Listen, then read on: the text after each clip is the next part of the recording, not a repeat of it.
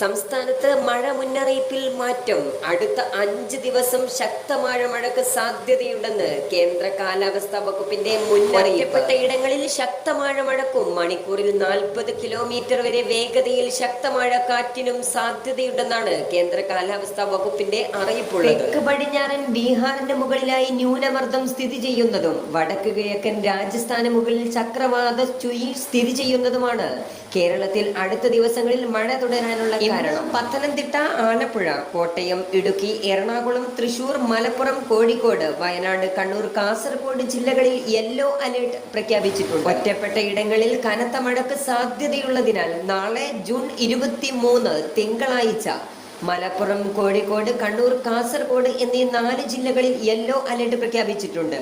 തൊട്ടടുത്ത ദിവസങ്ങളിലും മലപ്പുറം, കോഴിക്കോട്, കണ്ണൂർ, കാസർഗോഡ് ജില്ലകളിൽ യെല്ലോ അലേർട്ട് പ്രഖ്യാപിച്ചിട്ടുണ്ട്. നിലവിൽ ജില്ലാ കളക്ടർമാരിൽ നിന്ന് ഒരു വിദ്യാഭ്യാസ സ്ഥാപനങ്ങൾക്കും അവധി പ്രഖ്യാപിച്ചതായി അറിയിപ്പ് വന്നിട്ടില്ല. ജില്ലകളിലെയും വിദ്യാഭ്യാസ സ്ഥാപനങ്ങൾക്കുള്ള അവധി അറിയിപ്പുകൾ ഈ വീഡിയോയുടെ കമന്റ് ബോക്സിൽ അപ്ഡേറ്റ് നൽകുന്നതായിരിക്കും.